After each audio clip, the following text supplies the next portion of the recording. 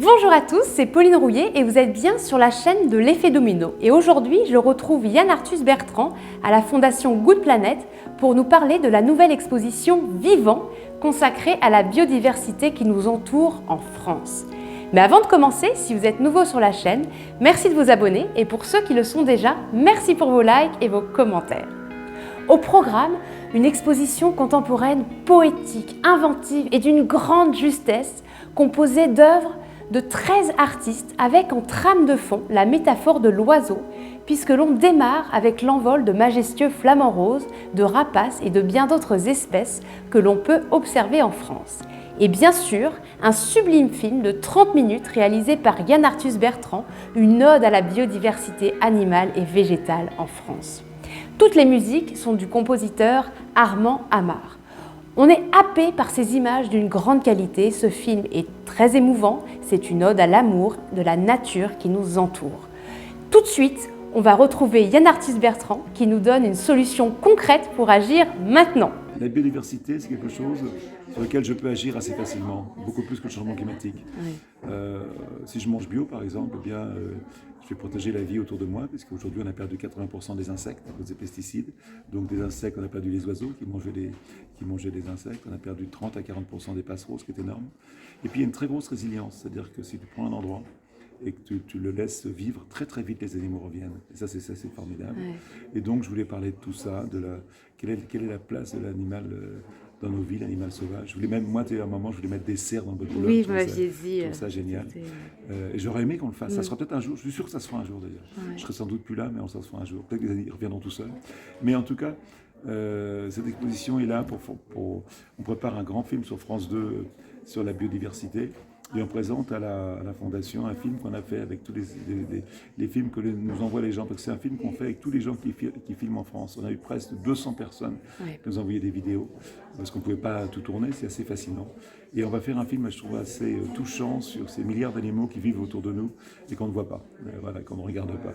Et à l'exposition à la Fondation, c'est un regard un petit peu sur le vivant qui est autour de nous.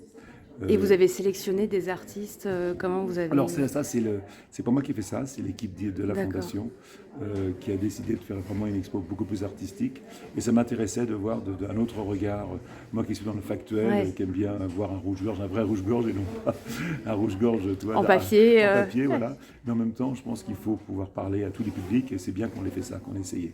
Et quand vous dites que vous avez l'impression de ne pas pouvoir agir sur le changement climatique, mais vous pouvez sur la biodiversité, comment concrètement? Parce que les gens, ils aiment les animaux. Mais personne ne tue les animaux. Hein. Personne n'a envie Personne n'a envie de les tuer, mais pourtant, le sort des animaux est de pire en pire. Enfin, les animaux d'élevage, le transport des animaux. Les animaux d'élevage, c'est autre chose. C'est pour ça que devenir végétarien, c'est peut-être la meilleure chose qu'on peut faire pour la biodiversité. Ça, c'est sûr. Parce que bien sûr, derrière la viande industrielle, il y a le soja, la déforestation, le transport, la souffrance animale. La souffrance animale, Donc la chose la plus facile qu'on peut faire, c'est de devenir végétarien. Devenir végétarien. C'est pas facile, hein. Moi il m'a fallu 10 ans pour le faire. Voilà. Ouais.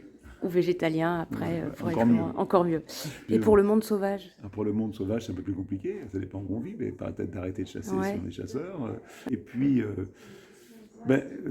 sincèrement, pour le monde sauvage, d'arrêter de consommer la viande industrielle, c'est la meilleure chose que tu peux faire. Parce que derrière la viande industrielle, tu sais que près de 30 à 40% des grandes cultures en France où on a coupé toutes les haies, qu'on est en train vous savez, aujourd'hui avec l'énergie, un paysan il peut travailler sur 350 hectares tout seul, donc c'est gigantesque.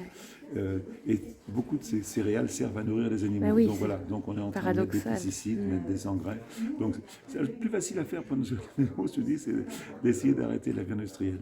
Et de manger bio, parce que manger bio c'est important, c'est un peu plus cher, mais ça aide les gens qui font une agriculture beaucoup plus vertueuse, de les aider. Tout le monde ne peut pas le faire, c'est un peu plus cher, c'est vrai, mais il y a beaucoup de gens qui peuvent le faire. Voilà. Et souvent, des gens qui n'ont pas beaucoup de moyens qui le font. Puis manger bio, c'est pour ta santé. Hein. C'est ça, exactement. Je ne suis pas forcément un donneur de conseils. Non, bien sûr. Chacun. Mais vous sublimez. Moi, je suis photographe. Je le fais avec ma façon, un cinéaste. Un chauffeur de taxi, il sait ce qu'il peut faire. Un architecte sait ce qu'il peut faire. Un boulanger, chacun peut faire dans sa vie personnelle quelque chose. Protéger la vie sauvage. On peut mettre des boules à sa fenêtre pour les oiseaux. On peut réfléchir à ce qu'on peut faire. Mais notre façon de consommer, puisque l'agriculture intensive est en train de tuer la vie sur la Terre, Et manger, c'est un truc qu'on fait 3 fois par jour. Oui, Réfléchir, vrai, attention à ce qu'on mange, c'est important. Et d'acheter surtout à des gens. Il y a tellement de gens aujourd'hui qui font les choses bien, qui ont du mal à vivre. Donc c'est savoir qu'il faut payer un peu plus cher les aliments vertueux. Important. Pas toujours aller au prix le moins cher, parce que c'est le prix le moins cher qui est en train de nous tuer. Puis le gâchis alimentaire aussi, ne va pas être gâché. Merci beaucoup. Bientôt à la Fondation. Bravo La Fondation de faire ça, c'est super. Gratuite, ouverte à tous. Voilà. Bientôt, je vous embrasse. Merci beaucoup Yann. Agir pour préserver le vivant, c'est possible. Le vivant avec Yann Arthus Bertrand, c'est toujours joyeux. Cette exposition est une bouffée d'air frais et de nature. On a les solutions, soyons acteurs de la préservation du vivant. Cette exposition commence dès aujourd'hui et ce jusqu'au 18 décembre avec bien sûr de nombreuses animations tout au long de cette période. Et n'oubliez pas, la Fondation Good Planet est gratuite et ouverte à tous. On se retrouve la semaine prochaine pour une nouvelle vidéo. Je serai cette fois en compagnie de la curatrice de cette exposition contemporaine pour un envol haut en couleurs et en émotions. D'ici là, prenez soin de la biodiversité qui nous entoure, le monde d'après, c'est nous qui le construisons par nos manières d'agir.